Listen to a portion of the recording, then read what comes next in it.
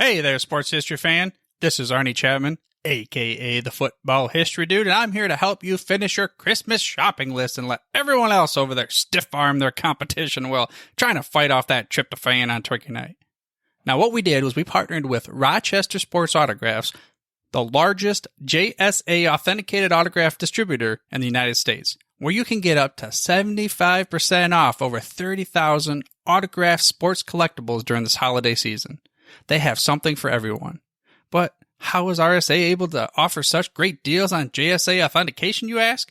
Well, they do this by making deals directly with athletes so there are no extra markups, and they choose to then pass that savings on to you, the customer. Now, all orders from Rochester Sports Autographs are top quality and shipped to your door with top authentication and a money-back guarantee. But hurry up because customers are so stark raving mad for RSA that memorabilia sells out daily. All you have to do is head over to shoprsa.com/SHN. Again, that's shoprsa.com/SHN. So don't wait to bring home your favorites and own a piece of sports history for you and the loved ones on your shopping list this holiday season. Well, friends, I'm back in the saddle again. Here doing the One Guy with a Mic Dingers and Dunks podcast. So glad for all you guys that have continued to follow along, even though I haven't put out any episodes since August, a mere 4 months ago, just about. Just been a crazy last 4 months, so I really haven't had a chance to do any research. As everybody knows that follows me on Twitter, as I am the research team. So the inside joke is, hey, we got to give the research team a break this week. Unfortunately, the research team went on a 4-month hiatus and really had to talk them back into getting back into the game, as you want to call it. Because, hey, we're here to talk about sports. We're here to enjoy some laughs. I really hope I bring some laughs to you guys. Usually it's not a lot of funniness on here anyways, because, it's just me. But I am trying to figure out a way to do things virtual. Probably doing some video podcasts, some live streams on Twitch. I have those capabilities available. I just don't have the time right now. So it is something that I'm trying to look forward to trying to figure out time to do, just so that way you guys can just come hang out and chill and chat on a morning or an evening. I got a couple friends that want to hop on the podcast with me as well. So I would be glad to get them on here and get them to talk about their sports history and what they like about baseball or basketball. So I think it's gonna be a lot of fun. Again, we're 10 months since the first episode dropped. Almost 10 months to the day since the first episode dropped. And it's just been a wild ride for me. So it's been fun. I continue to meet people through watching streamers on Twitch. So glad they can hop on here, listen to the podcast a little bit. And going forward, before we were doing them once a week. I think with my schedule right now, we're going to be doing a more of an every other week type situation. And I think for now, I really want to do the pieces that I have thought of about before. We started the whole players in different states, but I think they got a little to me, it might have been to me. It got a little mundane for me. I still want to do some stuff with Australia because I still want to do that one big one because Australia is huge on the baseball side and basketball side. Plus, they have so many influences on both, not only here in the States, but also over in Australia as well. So I still want to do that, but I think we might save that for a little bit. I still want to do some states. But I just want to dissect players at the moment. So we're going to dissect some players' careers tonight, this afternoon, this evening, whenever you're listening to this. We're going to talk about Pete Rose. Today's topic is he's a very controversial baseball player. He's either the spectrum's all over of it, as a player and as a person. I mean, there's some things he did that he's admitted to, that people don't agree with. It's fine. There's some things there's some antics he did as well. The whole gambling on sports. So, I mean, we got to talk about the man, but we also got to talk about the player as well. And that's really what I want to focus on in this podcast, is breaking down his player and his relevance because he played from 63 to 86. So that's a 24-year span. I mean, so in order to what I want to do is to elaborate on that time frame of what he did and where he ranks during that time frame as well. So that's really what I want to do. He was the last player manager in Major League Baseball as well with the Reds. I'm not really gonna, like I said, I'm not really gonna talk about the gambling situation. We're just gonna strictly talk about this. I mean, I have bits and pieces of it as well, but before we get into this thing, we have to do our Did You Know, right? I mean, what? It's not a one guy with a mic episode without a Did You Know. I mean, I don't have a little on this day in sports history. I mean, I didn't really go that far, but we are going to do it back with a little Did You Know. And this is a little fun fact because, Gaylord Perry is probably one of those more interesting pitchers that I like. And I consider myself kind of like the Gaylord Perry of, softball. So as a pitcher, throwing junk, Charlie Huff-like junk up there. And so one of the things that I found interesting doing, just with Gaylord Perry is that a fact about him was that Gaylord Perry hit a home run right after his manager said they'd put a man on the moon first. So debuting in 1962, Perry played in an era where pitchers, weren't only expected to pitch, but hit as well. Okay? And talking to reporters over his pitcher's inability to hit, San Francisco Giants manager Alvin Dark joked that, hey, they'll put a man on the moon before Gaylord Perry hits a home run. Well, during his game on July 20th, 1969, a mere 20 minutes after Neil Armstrong set foot on the moon, Perry stepped up to the bat and hit his first career home run. So, a little bit of history facts there for you. So let's get into this Pete Rose business, shall we? I think we shall. So, like I said, before I start a breakdown of the player, I do have to mention all the things that Pete Rose has done since being banned. In '89 is when that ban finally took effect. And like I said, he's one of the most controversial players in baseball. He's done a lot of things. And, made bad choices. But, again, I'm not throwing bricks because, people that live in glass houses shouldn't throw bricks. So, just saying. But again, it wouldn't be a piece without it. So let's start with everything past 1989. All right. So here's a rundown. 89, he got banned from baseball after denying it, then admitting it, but he stated at the time he didn't bet on Reds games. All right. Then in 1990, he got convicted of tax evasion for 5 months, had to go to a medium security prison, and then had to do community service afterwards. And then in 1991, Baseball Hall of Fame voted to ban those on the permanent ineligible list to ever be accepted in the Hall of Fame. Also in 1991, Pete Rose made a cameo in a TV movie about Babe Ruth. He just so happened to play Ty Cobb. But the scene took place in a bar due to Major League Baseball denying him to wear a licensed uniform.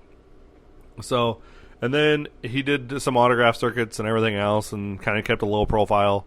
I mean, not really a low profile, but, I mean, it's Pete Rose. He's kind of always just been around.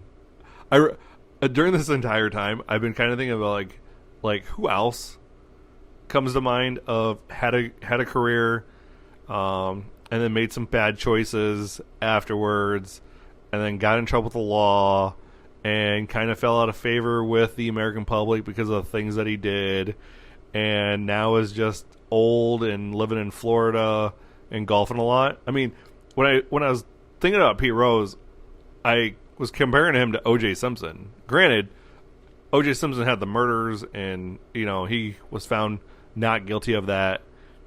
But it's kind of like the same storyline, though. Is like O.J. Simpson made this big persona of himself, right? And we all bought into the persona. We all bought into this character that O.J. Simpson created of himself by doing the Naked Gun movies and doing the commercials and stuff. Like we all bought it, the Hertz commercials and stuff. Like we bought in this larger than life figure, right? And I think that's what kind of Pete Rose did after he retired as well. Or not retired, but after he got banned from baseball. Like he started to make this big public persona because he wanted to stay relevant. So I think those two kind of like not nearly identical, but they kind of coincide with one another. Because I never got to see either of them play. I mean, I was 4 years old when Pete Rose was managed his last game, or did his last at bat, whatever. His last at bat in '86, right? I was 4 years old at the time. I was 7 when he got banned, so I wasn't really I really wasn't there for that. Oh, I was there for. I remember the stuff after. But the same with O.J. Simpson. I wasn't there for his playing career because he was done by the time I was born.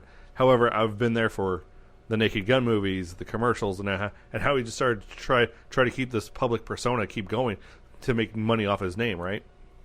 So I think these two kind of coincide together. Let me know what your thoughts are. Tweet me, shoot me a DM, whatever, man. Just let me know what your thoughts are about it. So in 1998, he started a relationship with WWE, the WWF at the time, the World Wrestling Federation, and Vince McMahon. In 1989, he was selected as an outfielder on the All-Century team that was voted on by the fans after a select team of experts on a panel compiled the list. And then Game 2 of the 99 World Series, Major League Baseball made the first exception for allowing Pete Rose to show up at a Major League Baseball field. He was also ranked 25th on the... So not only was he on the All-Century team of the top 100 players, he was also ranked 25th on the Sporting News list of 100 greatest players that year as well. In 2002, Rose breaking Ty Cobb's record was voted as the most memorable moment in baseball history, as voted on by the fans. In 2004, he wrote an autobiography, My Prison Without Bars, and he admits he not only bet on baseball, but Reds games, stating he never bet against the Reds, though. 2004, he was also inducted into the WWE Hall of Fame, so he's also in the Hall of Fame. Also in 2004, ESPN made a movie called Hustle, which is a movie based on the Dowd Report. It had Tom Sizemore in it, and that was without Pete Rose's involvement. In 2007, on the Dan Patrick Show, Pete again admitted he bet on Reds games, but never against, because he loved his team. But Dowd said at the time, Rose didn't bet on the Reds when Mario Soto or Bill Gullickson pitched. So that's interesting. 2010, he participated in the celebration in Cincinnati on the 25th anniversary of breaking Cobb's record. After that, he held a roast at the Hollywood Casino in Lawrenceburg. It was attended by his Reds teammates, and he wept, acknowledged he had disrespected baseball and his teammates. Again, this is, you bet on baseball, you're into gambling, then you want to get reinstated because ever since 1989 he's been trying for reinstatement, but I don't think he does any favors by still association with, and I really can't say that anymore because sports betting has been huge. I was going to say I don't think he does any favors by associating himself with casinos and betting sites, but I mean Major League Baseball, NFL all do that now. So and my, back in August, I did the whole gambling and sports thing and how up until 1921, it was okay. Like gambling and baseball went hand in hand. So again, I don't think, and it was only because of Landis and Wrigley at the time that was totally against it and whatnot. And yeah, there was games thrown, but players weren't paid that well. I mean, they were, but they weren't. So the big ones were, the little ones weren't. So I get it. So again, I think maybe, lifetime ban, I get that, and I'm not saying what he did was right at all, but can we, over time, just let it go? Maybe reinstate him. He's 81 years old now. So what's he going to go? Become the next Jack McKeon and be the oldest manager in baseball? I don't think so. But at least then he can just be around the Reds. That's all he really wants to do at the end of it anyways. So in 2013, he became a reality star with his third wife called Pete Rose, Hits and Misses, that aired on TLC. 2014, he earned north of $1 million for paid appearances, autographs, and memorabilia sales, which mostly took place around Cooperstown and Hall of Fame weekend as well. Is when he did that as well. 2014, appeared in a Skechers Super Bowl commercial. 2014, also was a guest manager for the Bridgeport Fish in Independent League Baseball. They played the Lancaster something. I don't remember what the Lancaster team name was. But he coached first base and was out there, so everybody could see. Again, he's still trying to get reinstated in baseball throughout all these years as well.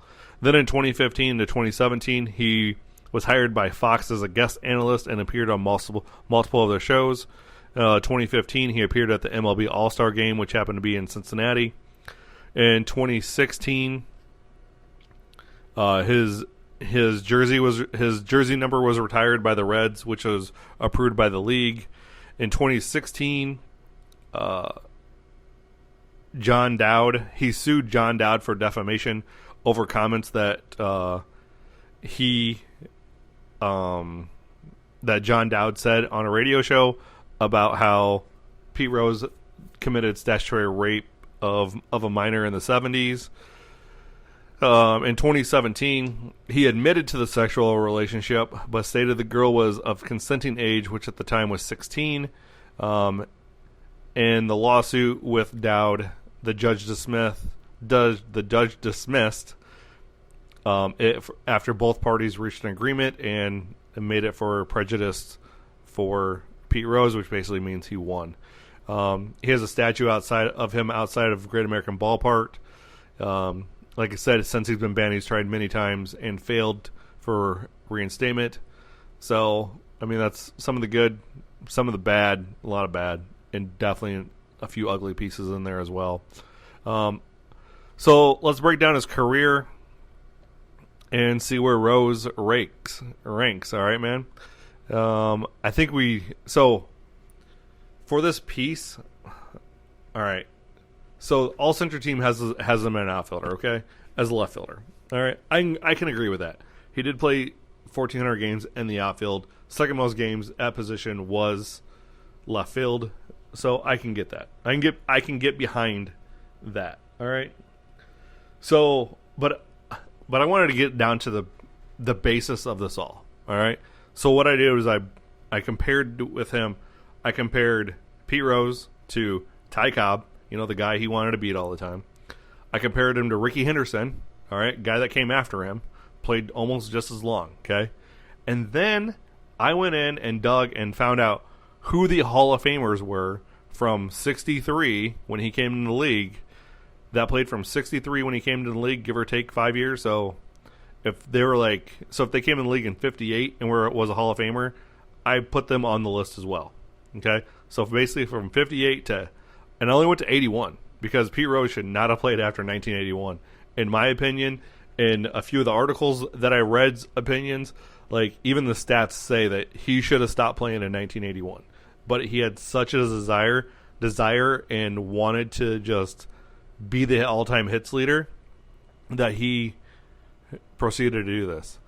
Also, and another reason why I'm doing this is because I got into a Twitter Imagine that. Me, Twitter fight with a guy on Twitter. Happens to be a streamer as well. So him and I were going back and forth about Pete Rose. And I had Pete Rose as a first baseman, right? Like, to me, that made sense. That's where he played. That's where he played most of his career, was, to me, at first base. So he should be classified as a first base. But then when you really break it down, you could justify it playing outfield, since he did play 1,400 games in the outfield, right? So we're gonna go. So what I did was, this is what I did. I compared him with so there's 12 position players that made the Hall of Fame. Okay? And first of all, I want to say, at Matthias White, if you're even thinking about listening to this episode, our conversation on Twitter, which I enjoyed immensely, it was very open and very fluid, and, I wasn't trying to do some gotcha moments or anything else like that when I was comparing A and B. All right, man. I was just stating some facts, all right? The limited facts that I had at the time. But now I've done 8 hours of research on this, broke it all down thanks to baseballreference.com. Everybody, if you want to, become a stat head. It's like $8 a month for baseball, $16 a month for all 4 sports. And it's great. It's the greatest websites that you can possibly find, because you can find stats instantly. It's Google on your phone for sports. I absolutely love it. So, and again, I'm not sponsored by them, but I should be. Okay, as much as I use their product, as much as I talk about them. So this is where all my stats were from. That's where I got all the breakdown from. A few of the things I got off of Bullpen Wiki as well, which is just some stats and stuff. So, all right. So let's go, man. Let's just do this, okay? So, he played a total of 673 games in left field. He played another 589 in right. He played 73 in center. Okay, he played 939 at first. All right. So let's start with the records. Okay, most at bats at 14,053. Most career plate appearances at 15,890. He had 3,562 career games played. He had 3,215 singles, 4,256 hits.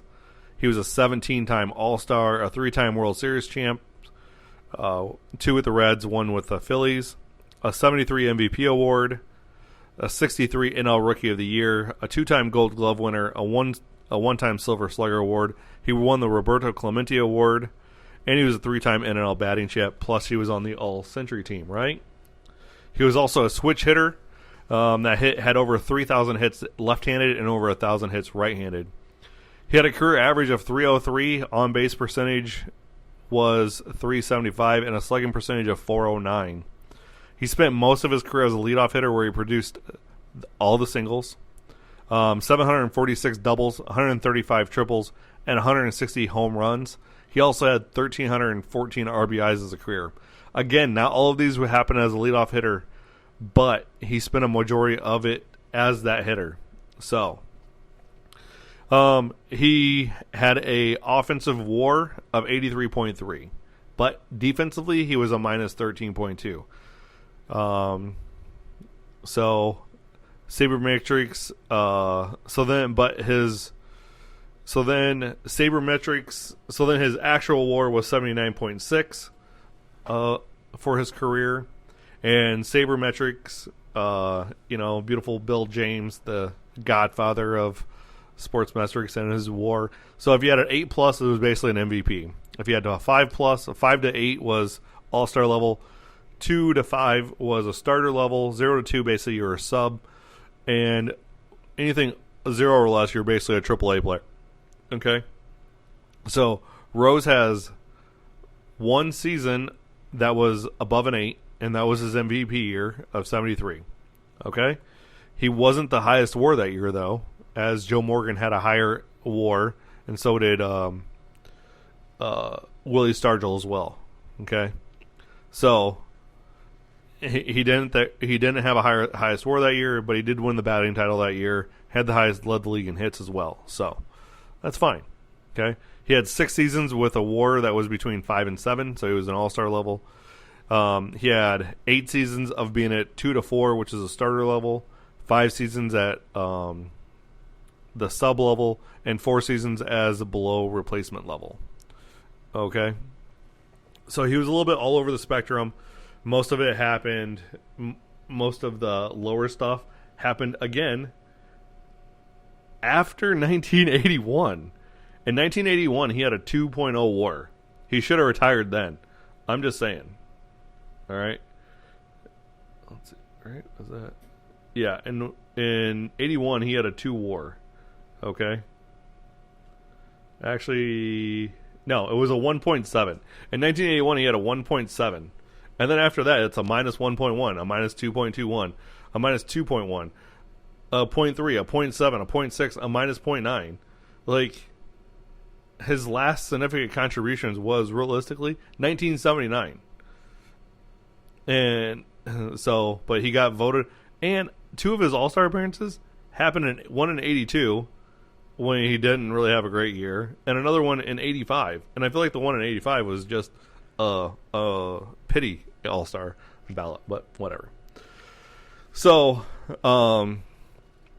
again, I'm not a big fan of WAR, but when comparing the same position, it helps as a valuable tool. I also learned this talking with a couple other guys on Twitter, Lumpy Oatmeal and Pseudo LG, talking that out. Again, WAR is a good tool. It's very viable to dissect when you're discussing the same position, right? So since we're going to call him a left fielder, right? So the average total score of a Hall of Famer and left fielder in WAR, Rose has the 5th highest out of all left fielders. Okay, the only ones that are above him are Barry Bonds, Ted Williams, Ricky Henderson, and Carl Yastrzemski. That's it. But like I said, Rose didn't play all years in left, so this is so it's not really a true stat to compare to left field, but at the same time, we can throw it in there. So out of all position players, his 79.6 WAR ranks 41st all time. So again, top 50. I mean, we're looking at pretty good, but he did play 26 years, so that WAR really cranks it up afterwards. So let's compare him with Ricky Henderson, right? Henderson played 25 years, and he basically came in 1979 and played till 2004? Yeah. Okay, so right at the end of Rose's career is when Henderson comes in, and Henderson had a career WAR of 111.1. He also had 3,055 hits, 297 home runs. He had a 279 average. He had 510 doubles, 66 triples, and 1,115 RBIs. His offensive WAR was a 105.2, and his defensive WAR was a minus 2.3. Ricky also had 2 seasons of 8 WAR. One of them was when he won the MVP. 2 seasons of plus 5 WAR, 12 seasons of 2 plus WAR, 3 seasons of 0.2 WAR, and 3 seasons of below 0, which 2.2 was his lowest one. At negative 2.2 was his lowest one, and that was his rookie year. Again, Rose has more hits. He has more strikeouts, more singles, doubles, and triples. He had the higher average, but Ricky has more stolen bases, runs scored, walks. And being the all-time hits king is, the difference at some point, right? You got to throw that in there, but Ricky Henderson was also the all-time steals king. I did figure this out, though. So if you add 3,092 at-bats to Ricky Henderson and say he still bats 279, he would have had 863 more hits. So then he ends up with 3917 for a career, which still puts him a 3rd all-time, but not enough to get him over that hump. So, I mean, he did Ricky did lead the league in a lot of categories besides most hits and batting average for 3 times like Rose. Rose didn't really have a whole lot of accomplishments. A lot of his league leading stats was in games played, at bats, plate appearances. That's what a lot of his league leading stats were for. As the leadoff hitter on the big red machine, I assume you got up a lot. So, and that's usually when you got up. All right. So, P. Rose isn't better than Ricky. So, we've already knocked out one thing, right? P. Rose cannot be considered the greatest baseball player of all time. Okay, we have proven that just by doing the stats with Ricky Henderson. But again, the greatest baseball player of all time is also subjective, right, or objective. I mean, it's really your own view. Okay, so if you love Pete Rose, you love Pete Rose. I think Ryan Sandberg is the best second baseman of all time. He had a 99.7% fielding percentage. He had the most home runs up till a point by a second baseman.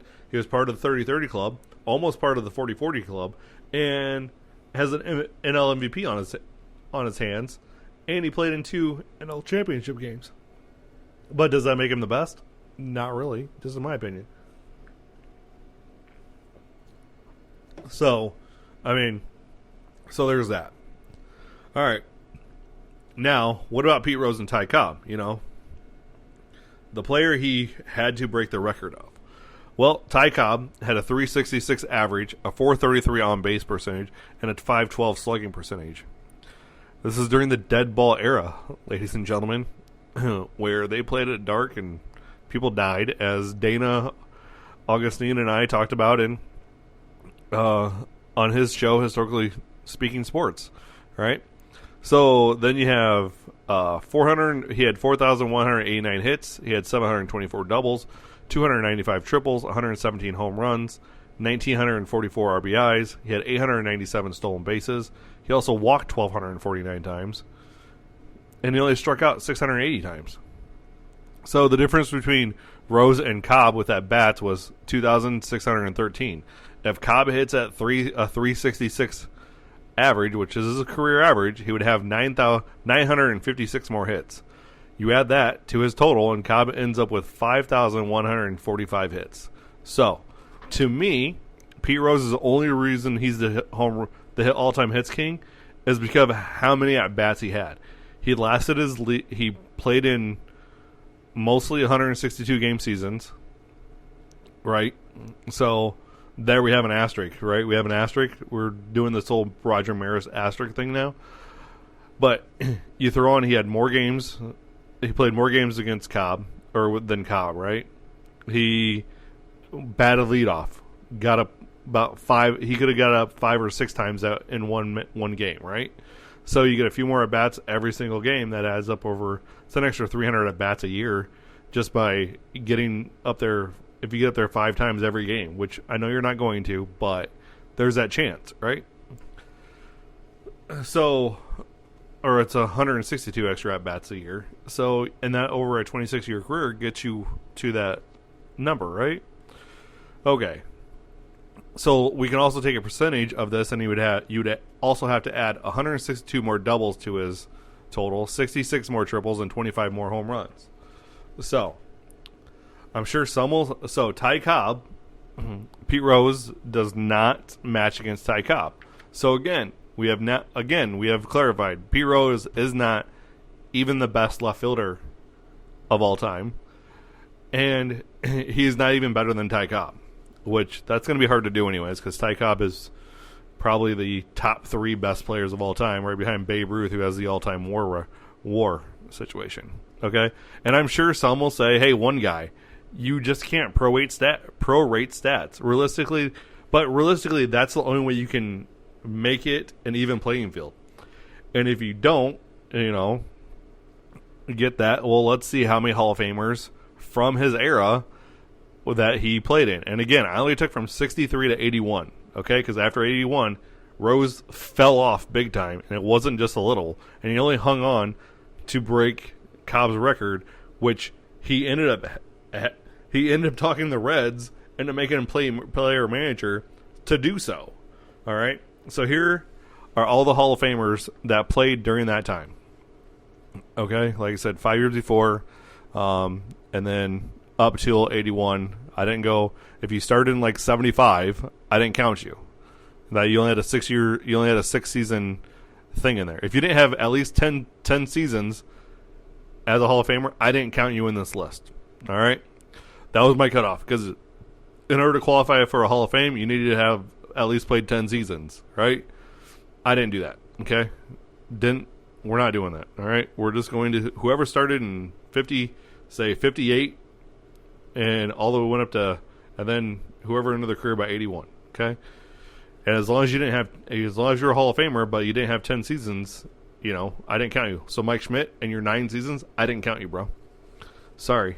I like you, Mike Schmidt, which I really have grown fond of Mike Schmidt over the years. I thought Mike Schmidt was probably one of the most overrated third basemen of all time when I was a kid. And then I grew up and realized, hey, Mike Schmidt was a monster, dude. So, yeah. So, here are the list of Hall of Famers. The position players are as follows: Lou Brock, Billy Williams, Willie Stargell, Carl Yastrzemski, Reggie Jackson. Okay, those are the position players. Well, I should say, hold on, not all the position players. Those are the outfielders. The infield players were Johnny Bench and Carlton Fisk at catcher. Okay, I didn't compare them on this list since Pete Rose didn't play he never played catcher. You also had Tony Perez, Joe Morgan off the Big Red Machine. You had Rod Carew, Orlando Cepeda, and Tony Oliva. All right, there's your 12 position players.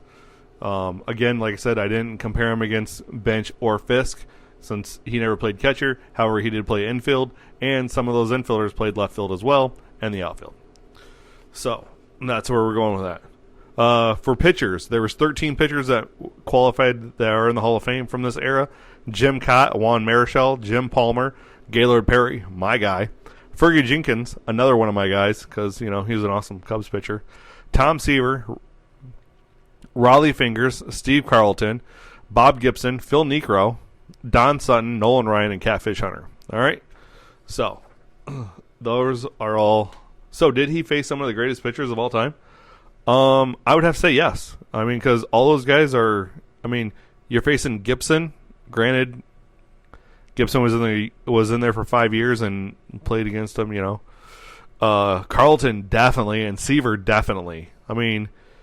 Carlton and Seaver are probably top 5 pitchers of all times. So, and we all can agree on that. All right. So let's go with Rose versus the outfielders. Now, I did 18 seasons because that was the max that there was for that's all.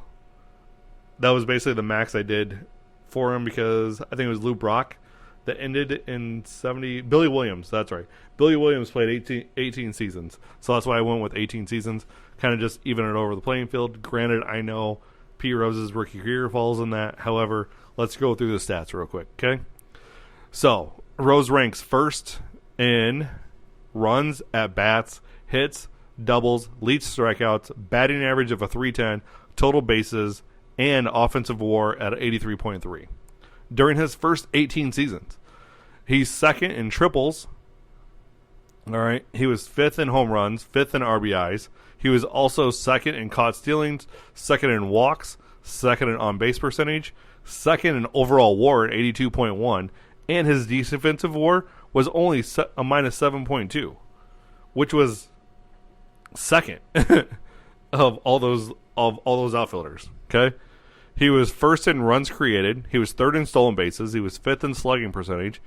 He was second in batting average on balls in play at a .327, and 81% of his balls were put in play. So, there you have it. He ranks as basically averages out to be what? Top 2, top 3 outfielder of all time with those 6 guys that are those other 5 guys that are in the Hall of Fame. Like, realistically, that's where he ranks. He has again, WAR isn't the number, but let's be real. He has Stremski had a 91.7, and then it's Rose at 82.1 during this time, and Lou Brock only had a 44.6. So, yeah, I mean, to me, he's a Hall of Fame at season 18. He's a Hall of Famer, maybe a borderline Hall of Famer to some, but I think he's a Hall of Famer.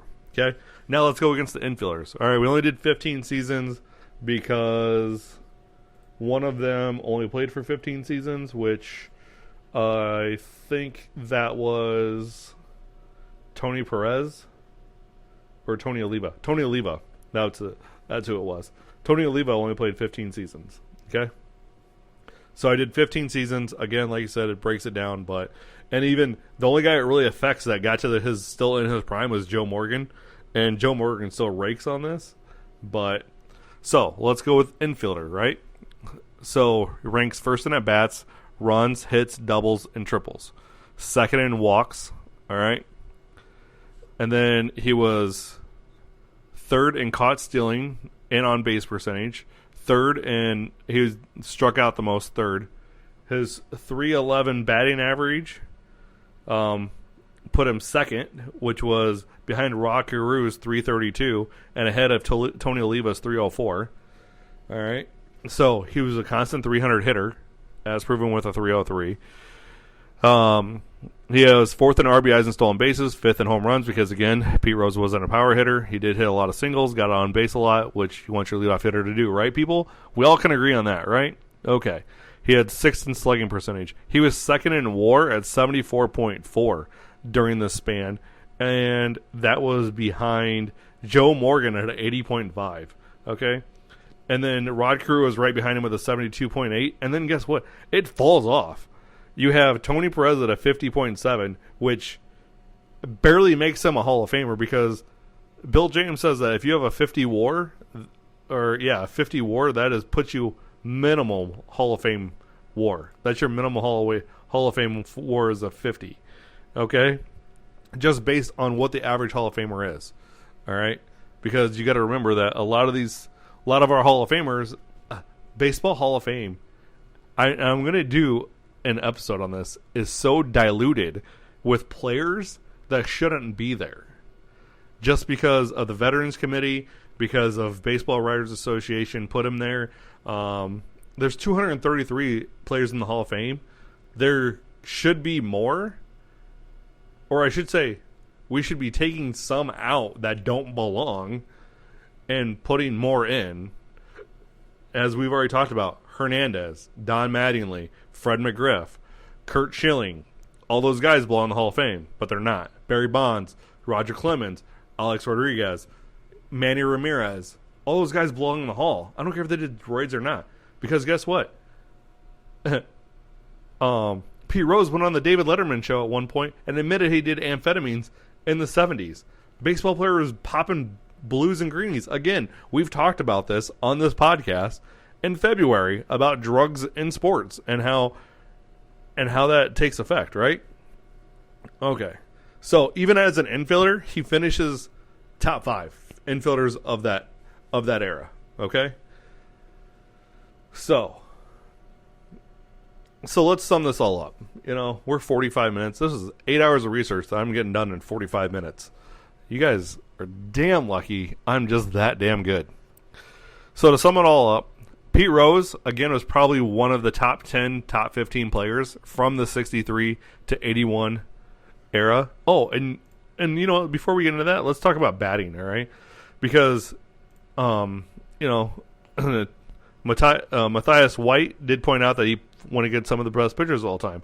Okay, so let's point this out. He had 190 plate appearances against Don Sutton, right? Had 60 hits off Sutton. Had a .345 batting average lifetime against him. Phil Niekro, 286. Juan Marichal, 342. Gaylord Perry, 304. Tom Seaver, 296. Bob Gibson, 307. Fergie Jenkins, 323. Steve Carlton, 257. Nolan Ryan, a 415 average against Nolan Ryan. Like, he ate Nolan's lunch Granted, it was only in 41 at-bats and 52 plate appearances, but he had Nolan's lunch. He took his lunch money and everything else. Jim Cott, 324. Catfish Hunter, 308. Jim Palmer, 286. The only guy that ever got him out really was Steve Carlton. And Steve Carlton's just a beast, all right? Again, another one of those guys I grew up thinking, Steve Carlton, I don't really like that guy. Can't be that great. And then you look at his stats and, oh my goodness, that man was money. All right? So, yeah. So, again, I got to, shout out to the dude on Twitter. I admit when I'm wrong, bro. And I was absolutely wrong in an argument, okay? This even falls back to the LeBron Jordan argument that I've done on this podcast. If you if you have an hour and 20 minutes of your day, listen to that one because that one's really good. I love it. So, let's really quick sum this up. All right? So, he's definitely a top 15, 10 to 15 player from 63 to 81. If he retires after the 81 season, I believe he would have been elected into the Hall of Fame the summer of 87. But you know what? The ego of the man, in my opinion, just overtook him. The desire to break Ty Cobb's record drove him to play 6 years longer than he should have. Maybe he still manages the Reds. Maybe he still bets on baseball. Still. But I believe he would have been a Hall of Famer. And that's comparing him to the players of that era, right? We just compared all the Hall of Famers of that era. Okay? I don't believe Tony Perez should be a Hall of Famer. I don't believe Tony Oliva should be a Hall of Famer. Lou Brock, I really think he just got in there because of his all-time stolen bases, right? So, honestly, I really do believe Pete Rose has gained my respect, just like not as a person. Let me break this down. Pete Rose has gained my respect as a player up till 1981. Okay, after that he just became a mediocre, grumpy old guy off the bench like everybody else does. Stayed in the game way too long. And like I said, I don't know if he would have been banned for gambling on baseball. Maybe he still manages. Maybe he still does the whole gambling thing. But the thing is, that thing didn't come out till 89, so he would have been in the Hall of Fame. Roberto Alomar is still in Cooperstown, even after all the crap he's done. All right? So we still make sure they stay in. Once a player is elected in the Hall of Fame, we still have him in the Hall of Fame. You can still go on Baseball Hall of Fame, the Hall of Fame website, and see Roberto Alomar listed as on second base. Like, the only people that scrubbed him off their records and everything was the Toronto Blue Jays. So, he has a 79.1 WAR, fifth all-time for left fielders. He didn't need to be the all-time hit king. All right? And really, like I said at the start of this, really if you think about it, after once he was banned, he just became a character of himself. And he was no longer Pete Rose the person, but Pete Rose, the character that he put out towards the public, because he still wanted the public to embrace him. He still needed that adornment. He still needed the people to flock to him. So he put on a show, always, every time. He became, like I said, he tried to become this giant, larger-than-life persona. So, and again, just as when he was first called, given the nickname Charlie Hustle, that was meant to be an insult that other players gave him because he ran down to first base on walks. I mean, I know a guy that did that in slow pitch softball and sprained his MCL doing it because he slipped on the bag as he rounded first, walking. It was a walk. All I had to do was walk down to first. And nope, not this guy. I ran and even turned the corner like I was going to steal second and slipped on the bag and sprained my MCL. That's called karma, people. Don't be an asshole. So, even with the Charlie Hustle nickname that, he ended up gaining the respect of other players at that time because of his plays. And he still pissed people off, like the 1970s All-Star game when he ran over Ray Fosse. All right? It's an All-Star game, man. Exhibition. You don't have to go all out. in an all-star game. Ray Fosse ended up with a separated shoulder they didn't know about for the next few years. Still playing with it. Still played with it, though. All right. He definitely had the respect of his Reds teammates, especially Joe Morgan. Joe Morgan was the catalyst of that 1970s Reds machine. I don't know if he had the Johnny Bench. You really don't ever get a real good. When Johnny Bench talked about Pete Rose, you never really got a real filler on it. So I don't really think Johnny Bench liked Pete Rose all that much. But the rest of the guys, even would come out and still support him even after this whole thing. So. He is a Reds legend after all, and he is he's a Hall of Famer in my book. After this, we're doing all the research. He's definitely a Hall of Famer. Not the greatest. You can call him overrated if you want to. That's entirely up to you. But are you calling him? But then you got to think to yourself: are you calling him overrated due to his play, or due to his persona that he built to continue to make a living? Or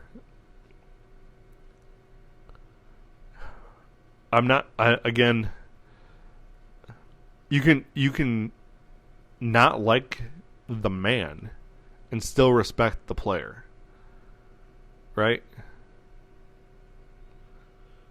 Because it's still two different. You can still separate that out, right? Well, thank you for everyone for listening. I really do appreciate each and everyone that listens to this. I don't know how we did it, but we still had 127 downloads in the last 90 days, and that was without me putting out any content. So, thank you to everyone that's still downloading old episodes the last 90 days. Thank you to all the followers that have still continued to find this podcast and follow it.